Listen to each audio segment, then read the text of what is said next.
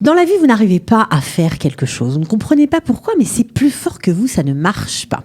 Tout ça à cause de votre enfance. Enfin, pas que, mais en tout cas, vous avez des croyances limitantes, des croyances ressources. Voilà, donc on va tout vous expliquer. Restez avec nous. C'est Feel Good. Feel Good pour être bien dans sa peau et dans sa tête.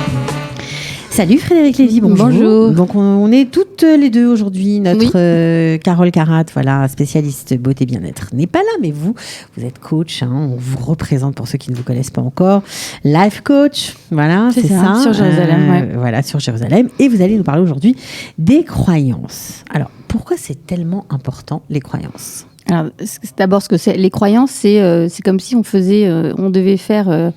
devait se regarder dans un miroir et dire je suis. Alors je suis, et puis on va dire une liste de choses positives pour les plus courageux, et puis une longue liste de choses négatives. Alors, en général, c'est comme ça que ça se passe ? Oui, les gens ont beaucoup de mal à dire des compliments, à faire des compliments sur eux-mêmes. Ouais, ils trouvent ça un peu ridicule. Ils enfouissent ça sur oui, mais ils trouvent toujours un truc pour pas se donner une qualité ou un compliment. Bon, c'est de l'humilité, mais ça sert pas toujours. D'accord. Alors, pourquoi ces croyances sont-elles tellement fondamentales lorsqu'on veut entamer un nouveau projet ou lorsqu'on veut se lancer tout simplement, je sais pas moi, se mettre à faire du sport, se créer une entreprise, un nouveau boulot, voilà. Pourquoi c'est tellement... En fait, ce sont nos appuis. C'est ce dans quoi je vais puiser pour arriver à faire la tâche qui m'incombe. À faire ce que je veux dans la vie. À faire ce que je veux dans la vie. Donc, je sais que j'ai réussi à établir une liste, par exemple, de choses positives pour moi-même. Je suis organisée, volontaire et j'arrive à convaincre. Donc, quand ça va être une tâche qu'on va me confier qui va correspondre à ces choses-là, sans problème, c'est bon. Moi je gère. Il n'y a pas de problème. Si par contre, le projet qu'on vient me demander, on dit il va falloir un peu de créativité et que depuis l'enfance, on me dit que je n'en ai pas... Et comment je vais faire ? J'en ai pas, je peux pas, je recule, j'essaye de confier ça à quelqu'un d'autre, et puis de toute façon, ça va être nul, et puis de toute façon, je ne peux pas.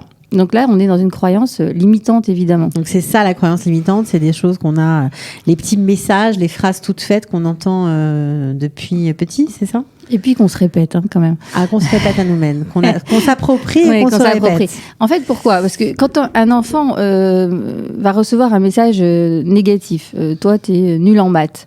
T'es pas logique. Ouais, t'es pas logique. Franchement. T'as deux mains gauches. Ouais, t'as deux mains gauches. Alors, mettons que t'es nul en maths, ça veut dire que donc on n'a pas d'esprit logique. Donc là, si adulte, on nous confie une tâche et on sait qu'il va falloir développer vraiment une grande logique pour faire ça, on va se dire non, c'est pas pour moi. Et pourquoi c'est quelque part vrai ? Parce que si depuis l'enfance, je pense que j'ai pas de logique, à chaque fois que j'ai été confrontée à une tâche comme ça, je m'y suis pas collée. Je l'ai fui. Donc en fait, j'ai un déficit d'expérience dans ce genre de tâches. Et il se peut qu'à l'âge adulte, effectivement, je sois moins bon qu'un autre.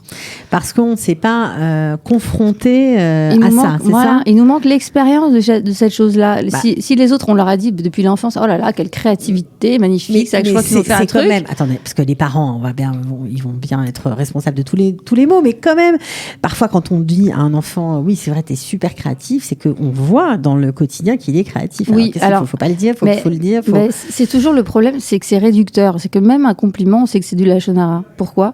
Parce que c'est-à-dire de la mauvaise langue, c'est pas positif parce que ça réduit. C'est-à-dire que si j'ai dit t'es créatif, j'ai pas dit les 10 000 autres choses que tu es. Et puis, alors c'est vrai que ça aide à se construire parce que ça au moins je l'ai. Ça au moins je l'ai, c'est bon. Mais ça veut pas dire que je suis nulle dans le reste. Et pourtant on enregistre, le reste c'est pas la peine. Parce que c'est moins inné, c'est moins facile, ça va demander des efforts. Donc, effectivement, arrivé à l'âge adulte, quand on va parler créativité, je vais fuir à l'autre bout. D'accord. Alors, quand même, on espère que quand on est adulte, on peut peut-être corriger ces croyances limitantes. Bien sûr. Peut essayer de faire, de s'améliorer. C'est ça. Déjà, donc, je pense que si on a bien enregistré qu'il y a des croyances ressources et des croyances limitantes, on n'a pas envie de se limiter soi-même. Donc les croyances ressources, c'est tout ce qu'on a accumulé où on sait être bon, par exemple, où on va avoir des capacités. Ou en qualité innée, ou en expérience sur le terrain.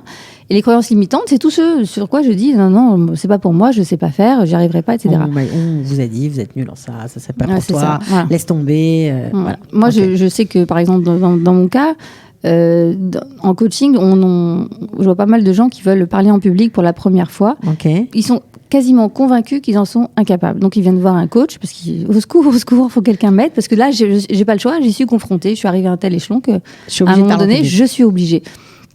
Et pourtant, ils ont été convaincus de toute leur vie d'avoir une mauvaise élocution, qu'on ne les comprend pas, que c'est pas clair. De commencer à transpirer, d'avoir les sueurs froides. Je vais vous dire un truc, c'est vrai. C'est-à-dire que la première fois, c'est extrêmement dur. Le cœur fait plus de bruit dans la poitrine que votre propre voix. Et au fur et à mesure, ça passe. C'est-à-dire que, ok, c'est vrai que là, je suis moins bon qu'un autre parce que je ne me suis pas confrontée à ça. Mais avec l'expérience, avec le temps, avec des efforts et avec du travail, on arrive. On y arrive. Donc, il n'y a pas de croyances limitantes. On peut dépasser ces croyances limitantes. Complètement. C'est ça, il faut les dépasser. Et puis, limit is the sky. Et voilà, c'est ça. Ça veut dire qu'en fait, ça peut se transformer en croyances, ressources, en gros. C'est ce que vous êtes en train de dire. Complètement. J'aime bien. Oui. Tout est possible. Je sais que vous aimez bien les expériences scientifiques et que vous lisez beaucoup de choses là-dessus. Et bon, évidemment, on comprend la force, le pouvoir du cerveau dans ce que vous êtes en train de nous raconter. Est-ce que vous avez un exemple à nous donner? On avait parlé de ça, de cette expérience de l'effet placebo. Le placebo, c'est donc un faux médicament, donc quelque chose qui ne contient rien, qu'on donne à un groupe de personnes. Et en face, on donne un médicament qui contient une substance au groupe d'en face. Okay. Et il y a eu une expérience qui a été relatée où on disait à des gens sains qu'ils allaient expérimenter un traitement pour le cancer sur personnes saines, hein, évidemment. C'est pas des gens malades, hein, mais qui pouvaient avoir des conséquences et on voulait voir ce que ça donnait. Et on leur a dit, attention, un des effets secondaires, ça peut être que vous perdez vos cheveux. Et dans le groupe placebo, donc il n'a absolument rien reçu. Certains ont perdu leurs cheveux. Il n'y a rien dedans. Certains ont perdu leurs cheveux. C'est-à-dire que de penser que je peux perdre mes cheveux peut me faire perdre mes cheveux. C'est absolument terrifiant. C'est-à-dire qu'on est capable de se faire un mal fou. Et un bien fou. Voilà, on est dans une émission feel good, donc c'est pas. Mais ce qu'il faut comprendre de ça, c'est la force de mon cerveau. Je suis capable de me propulser, de me lancer vraiment très très loin, très haut. Je suis capable de tout si mon cerveau le décide. D'accord. Voilà, c'est tout. Il faut simplement se le répéter. Ça marche la méthode Coué. Oui, c'est ça. Ça marche ou pas? Mais oui, bien sûr, ça marche. Ça marche. On sait qu'il faut à peu près 40 fois pour changer une habitude.